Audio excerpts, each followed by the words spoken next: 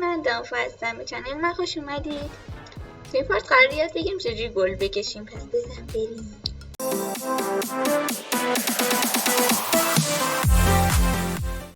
خب گفتم که بعد میخوایم نقاشی بکشیم. نقاشی اصولا از شکل‌ها و خط‌ها میاد. خب الان وقتی میخوایم گل بکشیم، گل چون گرده باید یه حاله گردی بکشیم. بعد نقطه وسط یا همون وسط گل رو مشخص کنیم و بعد عمقش رو باید مشخص کنیم که بعد این حالت فرو رفتگی باشه یا حالت بیرون رفتگی داشته باشه. خب من میخوام چون حالت بیرون رفتگی داشته باشه، این گل رو که میکشیم یه تیکش باید حالت خمیده باشه، چون حالت بیرون اومده دیگه، اینجوری اومده بیرون.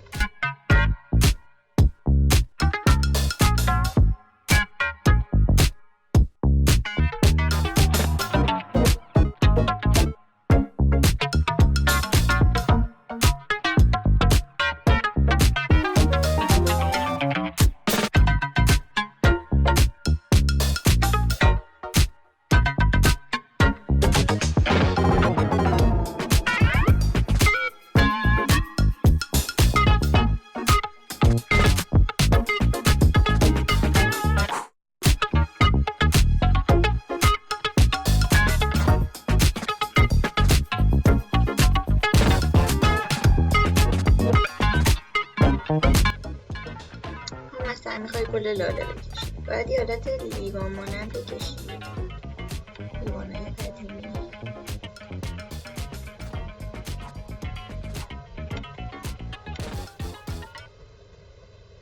و بعد شروع کنید گل برگار کشیدن. و بعد یه تیکه حالت کاسه میدید.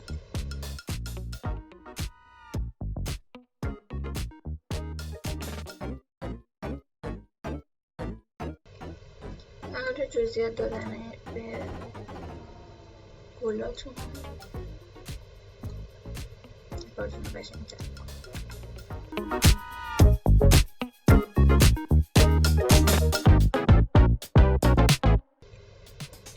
و کل روز هم یه دایره و نقطه رو مشخص کنیم. حالت مارپیچ کلن گلای گلبرگای نامنظمه کل روز.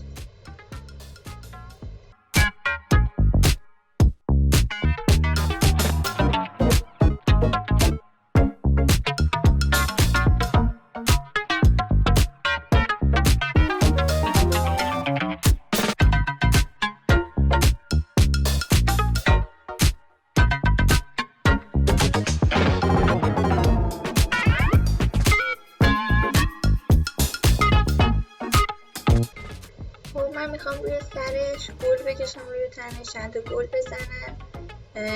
این کاراکتر رو تو پارت قبلی کشیدیم، اگه میخواید ببینید اون بالا گذاشتم، میتونید برید پارت رو ببینید. چشما و کشیدن مو، صورت اینا رو یاد دادم. خب بزن بریم.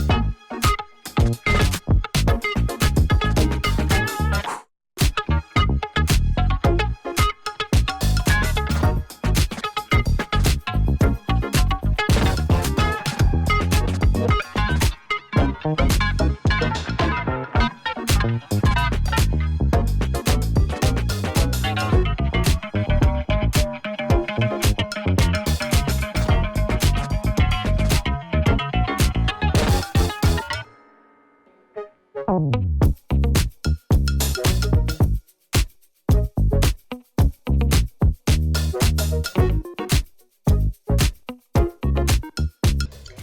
از آموزش کشیدن گل. امیدوارم ویدیو خوشتون اومده باشه. اگه ویدیو خوشتون اومد پس یادتون نره ویدیو رو لایک کنید، چنل سابسکرایب کنید، زنگوله نوتفیکشن هم بزنید و برای حمایت ویدیو رو برای دوستاتون بفرستید. نظری هم دارید داخل کامنت بپرسید.